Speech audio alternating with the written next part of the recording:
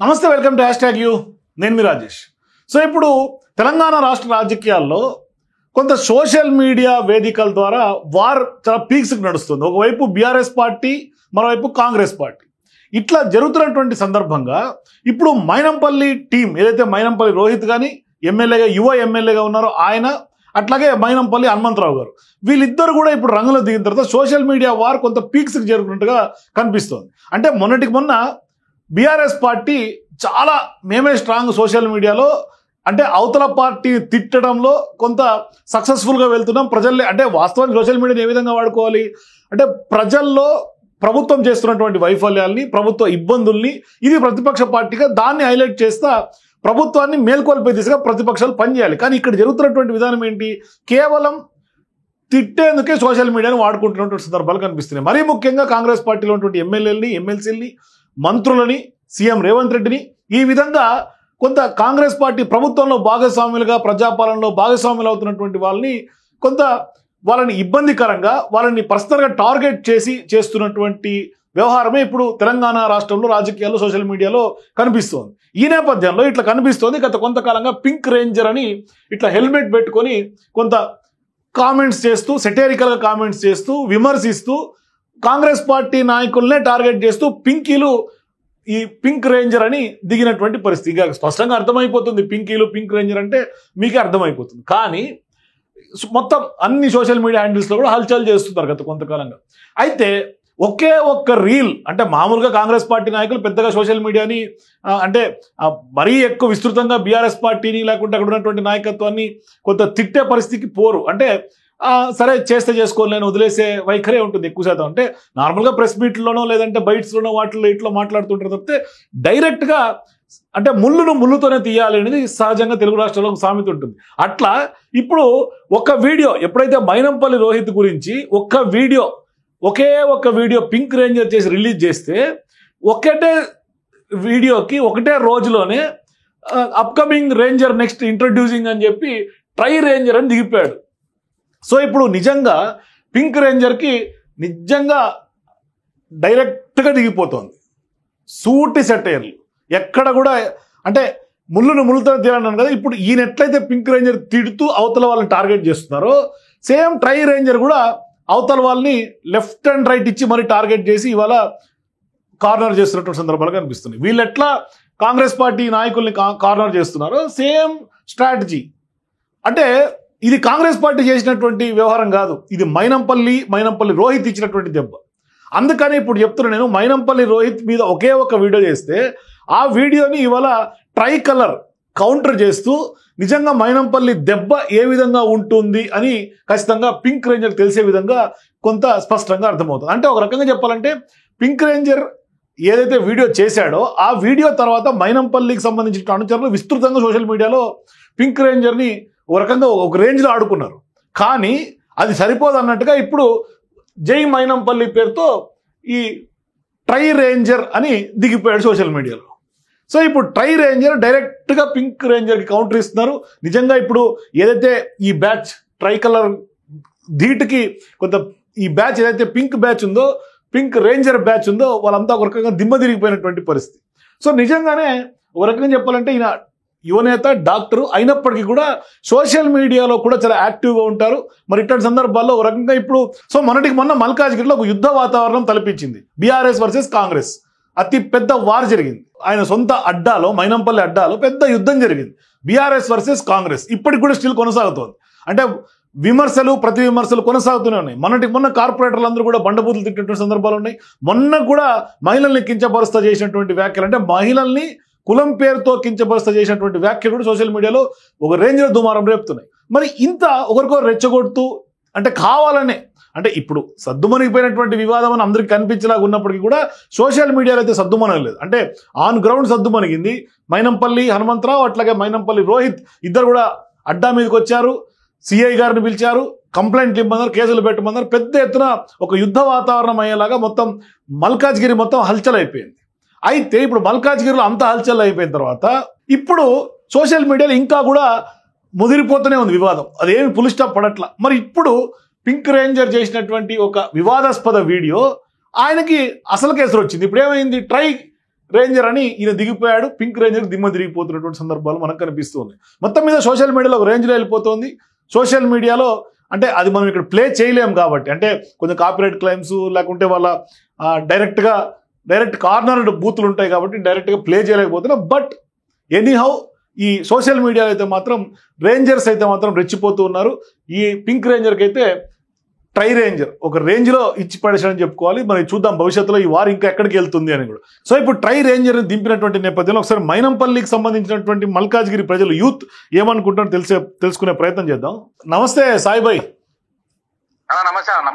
మొన్న మల్కాజ్గిరిలో వివాదం జరిగింది, వివాదం అంతా అయిపోయింది అని అనుకున్నారు, కానీ సోషల్ మీడియాలో అయితే మాత్రం ఇంకా వివాదం కొనసాగుతూనే ఉంది. రీసెంట్ టైమ్స్ లో పింక్ రేంజర్ ఎవరైతే ఒక హెల్మెట్ పెట్టుకొని మాట్లాడుతున్నారో ఒకే ఒక వీడియో మైనంపల్లి రోహిత్ మీద వచ్చినటువంటి వీడియోకి ట్రై రేంజర్ పేరుతో మీ టీం అంతా కూడా ఇప్పుడు విరుచుకుపడుతున్నటువంటి సందర్భాలు ఉన్నాయి. ఏంటి ట్రై రేంజర్ ఎందుకు రంగంలో దింపాల్సి వచ్చింది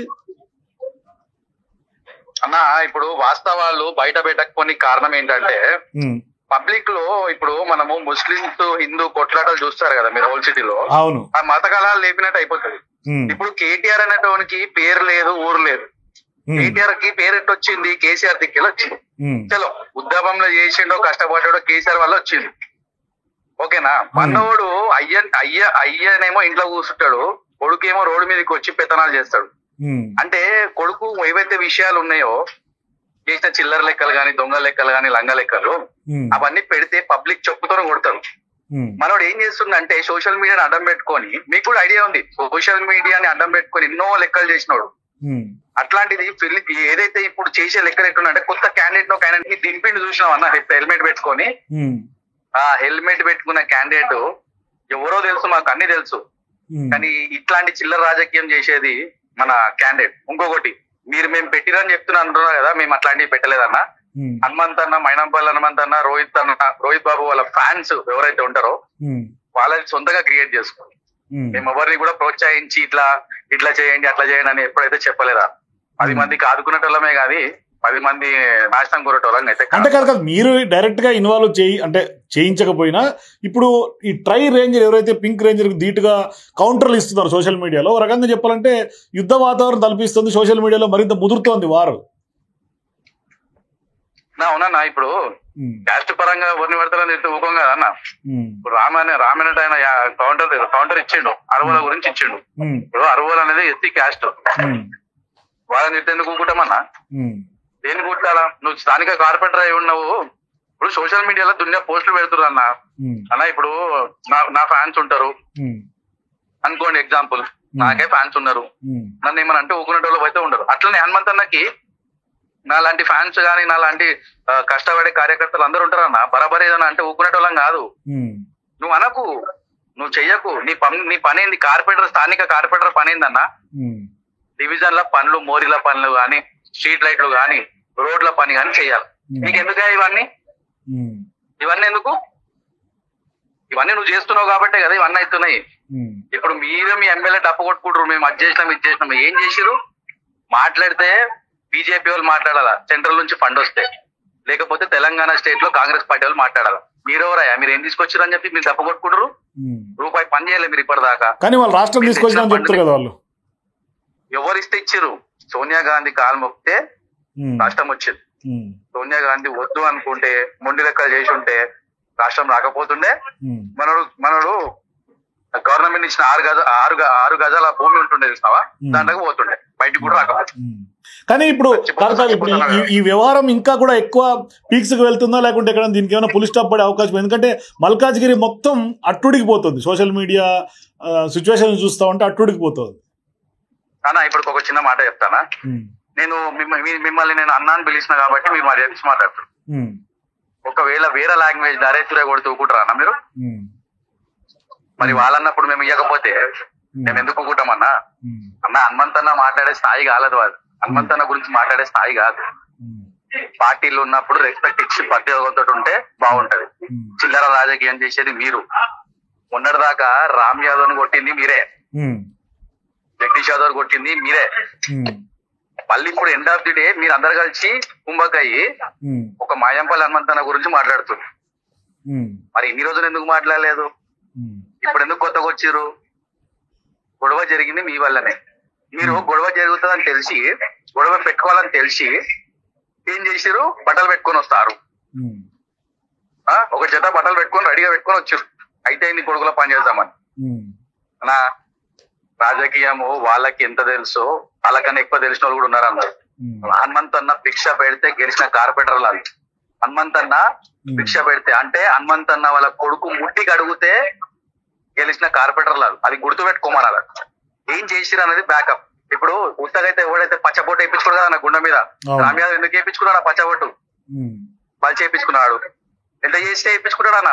అన్న నువ్వు ఉత్తగానే ఇప్పుడు నువ్వు మీరు ఉన్నారన్నా, నువ్వు కూడా రేవంత్ అన్న పచ్చబొట్టు వేసుకున్నావు కదా అట్లా అంటే? అన్న నేను వేసుకున్నా. నేను ఇప్పటిదాకా నేను రేవంత్ అన్న నేను మోసం చేయలే కదా. నేను రేవంత్ అన్న మోసం చేయలేదు ఏ రోజు కూడా. రేవంత్ అన్న గురించి నేను ఏ రోజు కూడా తప్పుగా మాట్లాడలేదు. రేవంత్ అన్న నాకు ఈ రోజు దాకా ఏం చేసినా ఎంతమంది అడుగుతా నాకు ఒకటే అడుగుతాను. నా ఇష్టంగా నేను పోయినా రేవంత్ అన్న కోసం. నేను రేవంత్ అన్న అయితే పిలిచి రమ్మని చెప్పలే కదా. పిలిచి నన్ను నేర్పించుకోరా లేకపోతే నా ఏమైనా పని చేయని చెప్పలేదు. రేవంత్ అన్న ఒకటే నాకు గుర్తింపించిండు. నాకు అదే గుర్తింపు. అది పెద్ద గాడ్ గిఫ్ట్ అన్న నాకు అది. అదే నేను ఎక్కడో స్థాయిలో ఉన్నా టీఎన్ఎస్ఎఫ్ ఉన్నప్పుడు లీడర్ ఉన్నప్పటి నుంచి ఈ రోజు దాకా నాకు గుర్తింపించింది రేవంత్ అన్న. ఇప్పుడు ఇంకా హైలైట్స్ ఇంకా మంచి గుర్తింపించింది ఒక కార్యకర్త, కష్టపడే కార్యకర్తనే గుర్తింపించింది మైనంపల్లి అన్న. ఇంకేం కావాలన్న దీనికి? చూద్దాం ఏం జరగబోతుందో సాయిబాయి. మొత్తం మీద అయితే మాత్రం ఈ వార్కైతే మాత్రం పుల్ స్టాప్ పడే పరిస్థితి కనిపించట్లా. తప్పకుండా అన్న మేమైతే వారు పెట్టుకుంటలేము. వాళ్ళు సైలెంట్ గా అయితే మేము సైలెంట్ పెట్టాం. Thank you సాయిబాయి. సో మొత్తం మీద pink ranger versus try ranger ఈ వారైతే ఇంకా కూడా భవిష్యత్తులో మరింత ఒక రేంజ్ లో కొనసాగే అవకాశాలు కనిపిస్తున్నాయి. కానీ వాళ్ళు ఆపితే మేము ఆపుతామంటున్నారు మైనంపల్లి ఫ్యాన్స్. చూద్దాం ఏం జరగబోతుంది. సో మీరు కూడా pink ranger versus try ranger ఈ సోషల్ మీడియా వారిని ఏ విధంగా చూస్తారు? మీ అభిప్రాయాల కింద నా కామెంట్స్ లో తెలియజేయండి. For more videos please watch #.